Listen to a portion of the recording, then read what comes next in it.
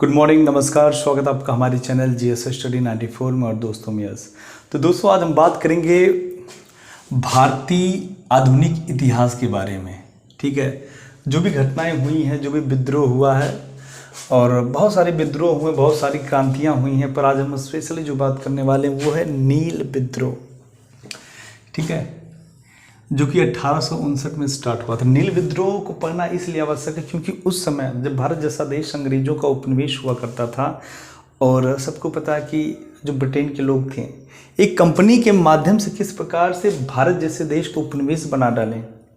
ठीक, और उनको पता था कि भारत जैसे देश में इतने संसाधन होने के बाद कहीं ना कहीं भारतीयों के पास वो ज्ञान नहीं है। ये सब आपस में लड़ते कटते रहते हैं। ठीक, अपने अपने क्षेत्राधिकार के लिए, अपने अपने राजपाट के लिए आपस में मर रहे हैं और यही अवसर है कि हम लोग चलें और पूरी तरह से इनके संसाधनों पे काबिज हो जाएं, इनका लूट मार करें। और दूसरी बात जो सबसे बड़ी थी ना कि उन्हें ये भी पता था यहाँ पे बहुत ही सस्ते दामों पर हमें मजदूर मिल जाएंगे, जैसे कहेंगे जितना कहेंगे वो करेंगे।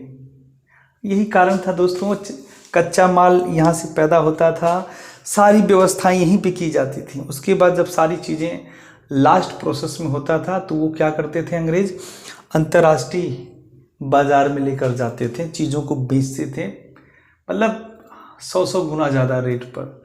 और हम भारतीयों को पता ही नहीं था। ठीक, जो हमारे ऊपर शासन कर रहे थे बस वो अपने अय्यासी में मस्त थे, कहीं छमियाँ नचा रहे हैं तो कहीं क्या कर रहे हैं, यही होता था और कुछ नहीं हुआ भारत जैसे देश में। अन्यथा भारत जैसा देश इतने टुकड़ों में नहीं बटा होता। ये फलाने सिंह की जागीर है तो ये फलाने सैयद बाबा की जागीर है, ये तमाम तरह कम से कम हजारों टुकड़ों में बटे थे।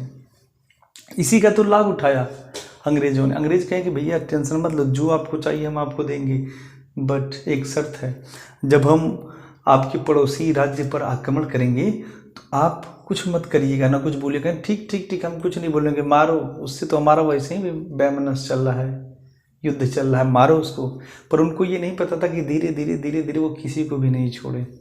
ठीक, तो देखते हैं, हम बात करते हैं नील विद्रोह जो 1859 से स्टार्ट होता है। तो दोस्तों सबसे पहले समझ जाइए, नील विद्रोह पहला एक ऐसा विद्रोह था जो किसानों के द्वारा एक व्यापक और जन आंदोलन था। इससे पहले कभी भी इतने बड़े व्यापक स्तर पर किसानों के माध्यम से द्वारा, कृषक के द्वारा इतना बड़ा आंदोलन नहीं उठाया गया था। तो कहीं ना कहीं किसान वर्ग समझ चुका था उस पीड़ा को, उस शोषण को, तब जाकर उसने आवाज़ उठाया और उसने सही भी किया। अब सोचिए, जमीनें उनकी हैं, लागत उनकी है, मेहनत उनकी है, डिसाइड आप करेंगे कि नहीं इतने भाग पे आपको जो है कि नील की खेती अनिवार्य करना पड़ेगा।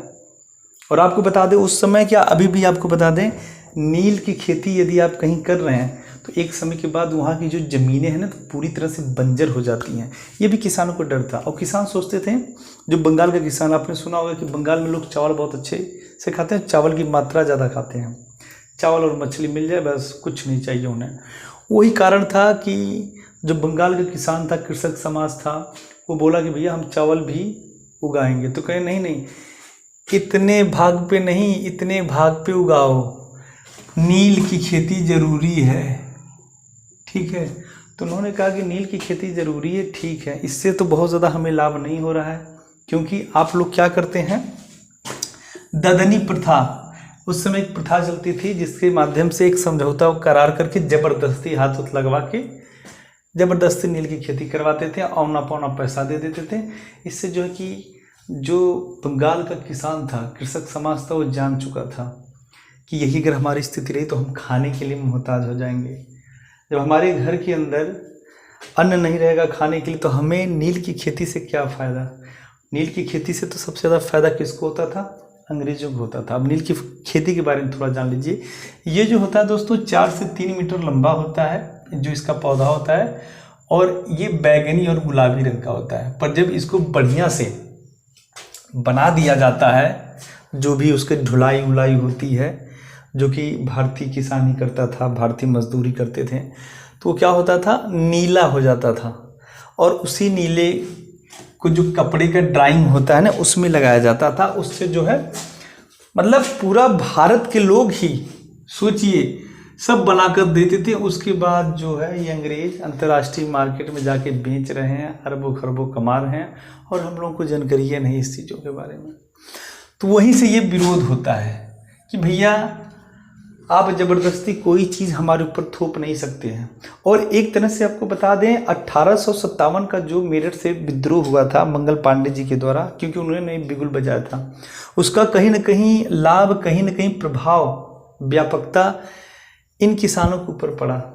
उन्होंने ये सीख लिया था कि जब तक आप अपनी बातों को खुला लोगों के सामने विरोध प्रदर्शन नहीं करेंगे तब तक हमारा इसी प्रकार से उत्पीड़न होगा, हमारे संसाधनों का शोषण होगा, हमारी ज़मीनों का शोषण होगा। मतलब नील की खेती के लिए जो मना भी कर देता था ना, 50 को ले जाके मारते थे, तमाम तरह की यातनाएं देते थे। और उस समय के जमींदार के बारे में तो आप भूल जाइए, ठीक, जमींदार नहीं वो राक्षस हुआ करते थे। तो उसके बाद कुछ लोग आए स्थानीय रूप में, स्थानीय नेता जो थे आपके दिगंबर विश्वास और विष्णु विश्वास। ये लोग जो है ना, इन लोगों ने किसानों के अंदर एक चेतना भर दिया कि हमें अपनी लड़ाई खुद लड़नी पड़ेगी। जब तक आप, मैं नहीं कहता हूं कि आप हथियार उठाएं, पर अपनी बातें तीव्रता से कहें, ऊंचे स्वर में कहें, किसी से न डरें, तब जाके आपकी बातें स्वीकार होगी। अन्यथा आपका इसी तरह से उत्पीड़न होगा और आप कुछ नहीं कर पाएंगे। हालांकि उस समय का जो भारतीय समाज था, भारतीय कृषक था, स्वतंत्रता सेनानी थे, मतलब लेखक थे, कोई भी रहा, सब लोग डरते थे अंग्रेजों से, क्योंकि अंग्रेजों की जो नीतियाँ थी बहुत ही क्रूर थी। उनके खिलाफ कोई आवाज़ उठाता था ना, तो जितने भी सर उठते थे उस सर को कलम कर देते थे, और इतनी बुरी मौत देते थे। जैसे आज हम लोग बात करते थे भैया दुबई सऊदी में खड़े जो है कि फांसी देते थे लोगों के सामने। तो बता दें मित्रों, उस समय ऐसा कोई गांव नहीं बचा था जहाँ पे 100 लोग झूले ना हो। आज भी मैं आपको बता दूंगा, जो 100-150 साल पहले के जो पीपल के वृक्ष हों, बरगद के वृक्ष हों, कुछ ऐसे भी वृक्ष हैं जो अभी भी गवाही देते हैं। मैं आपको बता दूं, यदि आज वो वृक्ष जो है विद्यमान है तो कम से कम 50-60 लोग तो जरूर उस पर लटकाए गए होंगे। वो स्थिति थी, इसीलिए लोग डरे हुए थे, किसी के में दम नहीं था कोई अंग्रेजों के खिलाफ विरोध या आवाज़ उठा दे। पर इन दो नेताओं की वजह से इन्होंने जन जागरूकता डाला, ठीक है। और उसके बाद यदि आपको देखना है, नील दर्पण नाम से किताब लिखी गई है जिसे दीनबंधु मित्रों ने लिखा था, तब उसकी आप व्यापकता समझेंगे। ये कोई छोटा मोटा जो है कि विद्रोह नहीं था, पूरा बंगाल का जो कृषक समाज था पूरा एकदम पता है व्यापक स्तर पर हुंकार भरने लगा। जिसके बाद जो संसाधन मिला सब लोगों ने उठा लिया, बोले हम खाने के लिए मर जाएंगे, पर जो आपकी नीतियां हैं जब तक आप वापस नहीं लेंगे तब तक हम अमल नहीं करेंगे, ठीक। और ये स्टार्ट कहाँ से होता है देखिए, ठीक, ये होता है स्टार्ट, पहली घटना देखी जाती है बंगाल की नदिया गोविंदपुर गांव से, ठीक। उसके बाद जब लोग डर गए हैं, इसकी व्यापकता को लोग समझने लगे कि अगर यही स्थिति रही तो धीरे धीरे पूरे जहाँ जहाँ अंग्रेजों का शासन है, जहाँ अंग्रेजों की हुकूमत है, सारी स्थिति इससे कहीं ना कहीं कोरिलेट कर देगा। तो हमें एक व्यापक स्तर पर जो है कि इसका सामना करना पड़ेगा।